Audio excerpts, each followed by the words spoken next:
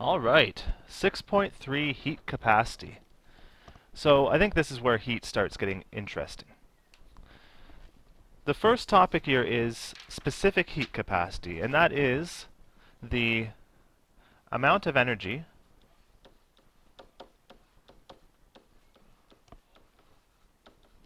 in joules, of course, that it takes to increase the temperature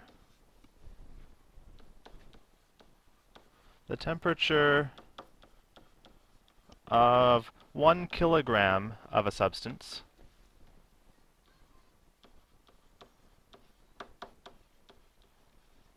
by 1 degree Celsius. So if I have 1 kilogram of, let's say, iron, and I want to increase its temperature by 1 degree Celsius, the amount of energy it takes is called C, the specific heat capacity. So we call this value C, little c, and it has units of joules per kilogram degree Celsius. Those are the units. Okay, so those are the units for our specific heat capacity. And the idea here is that every different substance has a different specific heat capacity, so that, that really you need to look up the substance that you have to figure out how much energy it will take to heat it.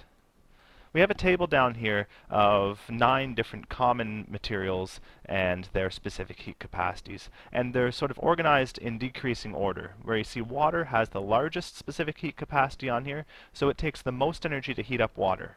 It takes less energy, 2.46 times 10 to the 3, to heat alcohol, ethyl alcohol. And then we have ice, we have aluminum, glass, iron, copper, silver, and lead. You can see that lead is the easiest on that list to heat up. And that's what specific heat capacity is. It just tells us how easy it is to heat something up, how much energy it takes. All right, now we have another quantity here called the quantity of heat. And this is the letter Q. And it is the amount of energy,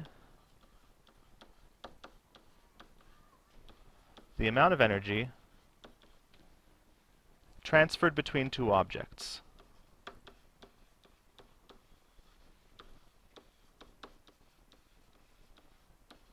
Two objects.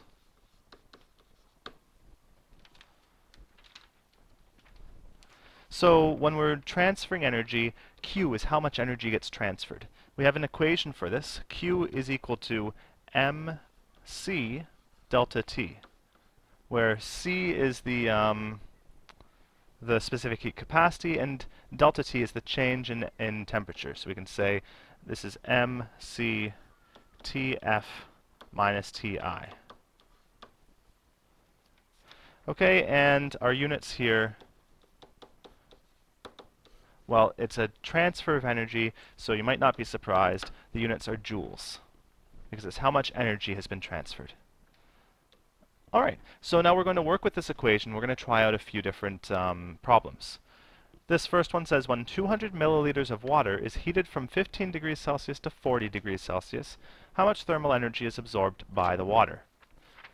Okay, so we know how much thermal energy it takes to heat 1 kilogram by 1 degree Celsius. That's C.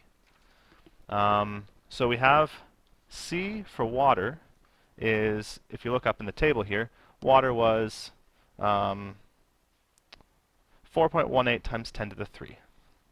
4.18 times 10 to the 3, and our units here are joules per kilogram degree Celsius.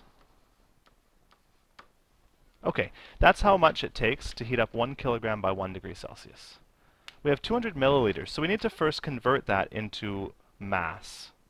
So you might know that for water, 1 liter is equal to 1 kilogram. So if we have 200 milliliters, that's equal to 0.2000 here kilograms.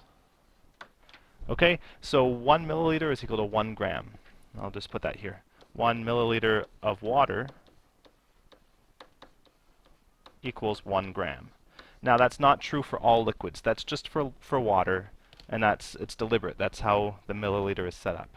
Okay, so we know the mass, we know C, so we can say Q equals mc delta T. We have our mass is 0.2, C is 4.18 times 10 to the 3, and delta T was, well, we have 40 degrees minus 15. We're heating from 15 up to 40. And the math here gets us 20900 joules, or 20.9 kilojoules. There we go. That's how much energy it takes. We'll try another problem here. It says an empty copper pot is sitting on the stove with a mass of 1.2 kilograms and a temperature of 130 degrees Celsius. If the pot cools down to 21 degrees Celsius, how much thermal energy does it release? Okay, it's going to release energy here, which actually means that we're going to have a negative value for Q. You'll see how that works. So again, C for copper, we look up in our table, copper, 3.8 times 10 to the 2. So C is 3.8 times 10 to the 2, and our mass is 1.2 kilograms. Q equals mc delta T. Our mass was 1.2. C is 3.8 times 10 to the 2. And delta T, well, our final temperature is 21.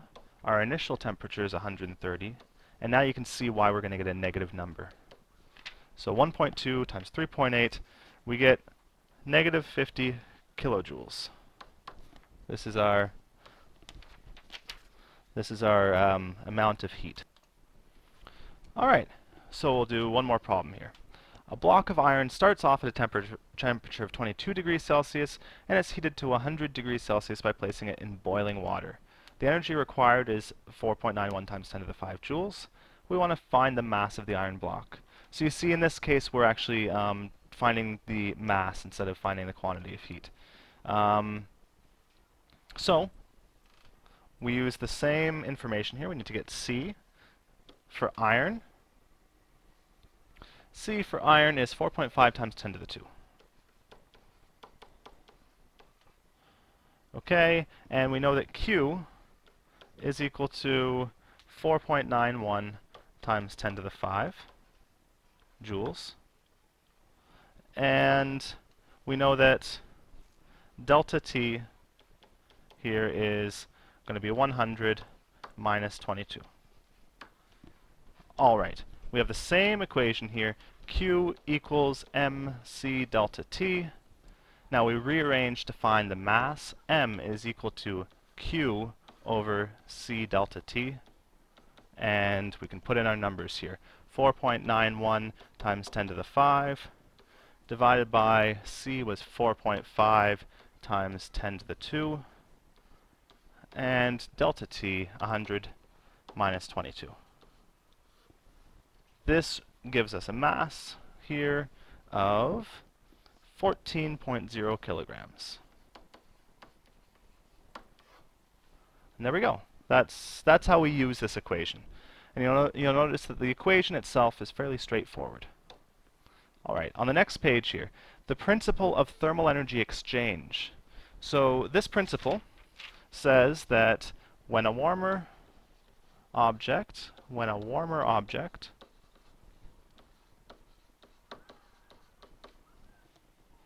touches a cooler object,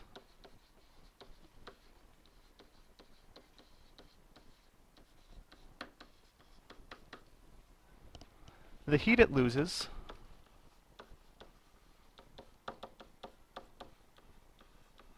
is equal to the heat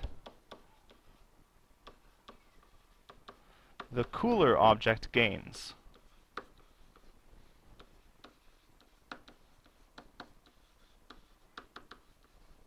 And it's sort of like the conservation of energy. We're saying that if one object is giving up a certain amount of energy, then the other object needs to be picking up that same amount. So as one loses that energy, the other one gains that same amount. And the equation here is Q released is equal to the negative Q absorbed.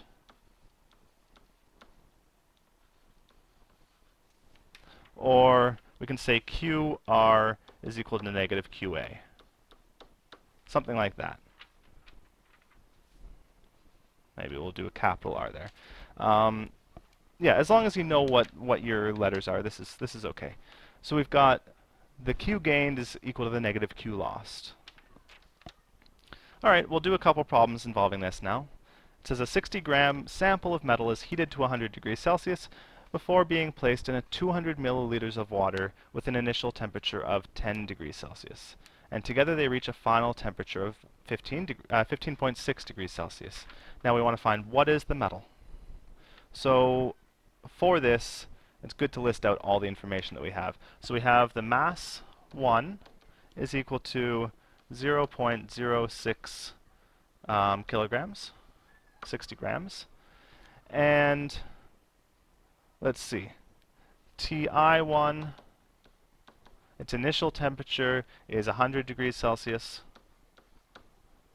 And we've got mass 2 is equal to, well, 200 milliliters. We've said that that is 200 grams, or 0.2 kilograms.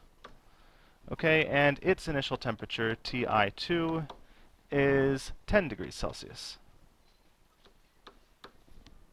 All right, and it says together they reach a final temperature of this. Tf is 15.6 degrees Celsius. And notice that they have the same, so I don't need Tf1 and Tf2. It's just Tf. And the last thing that we know is the specific heat capacity of the water, C2, and that is 4.18 times 10 to the 3 joules per kilogram degrees Celsius. That's on the other side of your page. You'll be given a table like that on any tests. Okay, so this is all of our information, and we have our equation QR is equal to negative QA, and Q is equal to mc delta T. We need to use both of these things here. So, the way we can combine all this, we can say that M1, C1, and then we've got TF minus TI1. This is our Q released, is going to equal the negative of M2 C2 TF minus TI2. So this is our QR is equal to the negative QA. All right, so we can rearrange this now, because the question is, what is the metal? Well, to find out what the metal is, we need to find its specific heat capacity. That'll tell us what the metal has to be. So we can rearrange this whole equation here to say that C1 is equal to, and bear with me, there's a bit of rearranging going on here. We've got negative M2 C2 TF minus TI. That's the whole right side of that equation, all divided by M1 TF minus TI1. And sorry, this one at the top here was TI2. All right, that is our equation. And we can plug in our numbers here. So we get negative, and our mass 2 was 0.2. C2 was 4.18 times 10 to the 3. And TF minus TI2, so we've got 15.6 minus 10. All of this is going to be over the mass 1, 0.06, times TF minus TI1, 100. And you put all of this in, you should get 9.24 times 10 to the 2 joules per kilogram degree Celsius. And if we take that number, 9.24 times 10 to the 2, go back to our table, 9.2 times 10 to the 2. That is aluminum. You see that in the table? Aluminum. So we can go back to our question here and we can say, therefore, the metal is aluminum.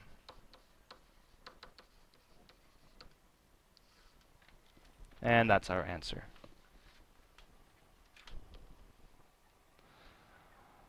All right, we've got two more problems to work through here.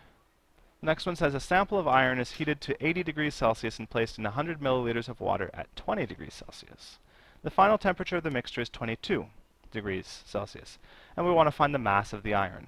Well, we can use the statement that we had above here, which is M1 C1 TF minus TI1 is equal to negative M2 C2 TF minus TI2. Now we want to find the mass of the iron, so that's going to be our M1.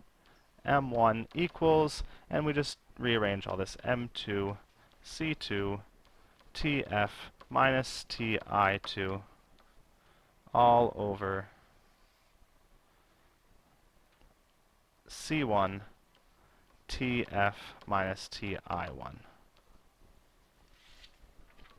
All right, with some numbers here, we've got the mass the water was 100 milliliters, that's 0.1 kilograms. The C of water, specific heat capacity of water, this is 4.18 times 10 to the 3. Okay, and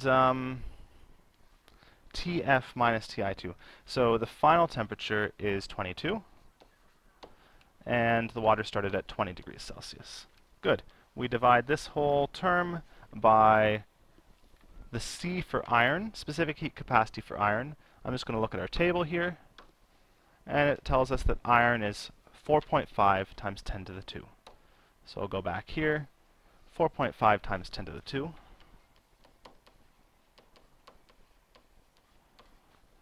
Final temperature minus the initial, the iron started at 80, and this whole thing gives us a mass of, 1 second here. All right, so that is a mass of 3.2 times 10 to the negative 2 kilograms. That's how much iron we had. Okay, we have one more problem here. 200 grams of silver is heated to 90 degrees Celsius. The hot silver is then placed into 300 grams of ethyl alcohol with an initial temperature of 5 degrees Celsius. We want the final temperature of the mixture. Okay, this is actually going to look a bit different because we have TF on one side and TF on the other side. So we'll start again with the same statement. We have M1 C1 TF minus TI1 is equal to M2 C2 TF minus TI2. Okay, and in fact, we're going to have to expand a bit here because we're going to get TF in both cases. So I'm going to take the two TF terms over to the left. So you see I've got TF, and on the left I have that's times M1 C1, and on the right I have M2 C2. So I'm going to subtract M2 C2. So that's TF on the left side now, and I'm going to take everything else onto the right side. So then I get M1 C1 TI1. Actually, that's going to be negative. No, that's positive. So we've got M1 C1 TI1 minus M2 C2 TI2. Okay, this is our sort of first step of rearranging to find TF. And if you're having trouble with this, please ask me in class, because this one is the trickiest problem. Okay, so now we want to get TF just on its own. It's going to equal M1 C1 TI1 minus M2 C2 TI2. All of this divided by M1 C1 minus M2 C2. Okay. Oh, and I'm sorry. I don't want this to be too confusing, but I did miss something. I missed the negative sign here, which means that in fact this becomes positive and this becomes positive. Okay. Again, if this is confusing for you, please do tell me about it in class. Sorry about that mistake there. Okay, so that means that over here, positive, positive. Now we have all plus signs. That's because in the first equation there I had missed the negative sign there. Okay, so we have an equation for TF, and now we should just be able to plug in all our values. So we have 200 grams of silver, so that's 0.2 kilograms, times the C of silver. So I need to look up C of silver. Silver is 2.4 times 10 to the 2.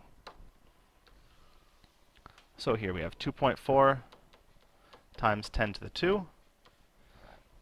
And the initial temperature of the silver, 90 degrees. And we add M2, so 300 grams of ethyl alcohol. We need to find the C now of ethyl alcohol. So I'll go back to the other page. 2.46 times 10 to the 3. So this becomes here 2.46 times 10 to the 3. And the initial temperature of the ethyl alcohol was 5 degrees Celsius. All right, and we put all of this over M1C1. So we have that just above 0.2 times 2.4 times 10 to the 2, plus M2C2, 0.3 times 2.4 times 10 to the 3. All right, it's a big bunch of math, but when you go ahead and do all of that, it should come out to 10 degrees Celsius. And that's your final temperature.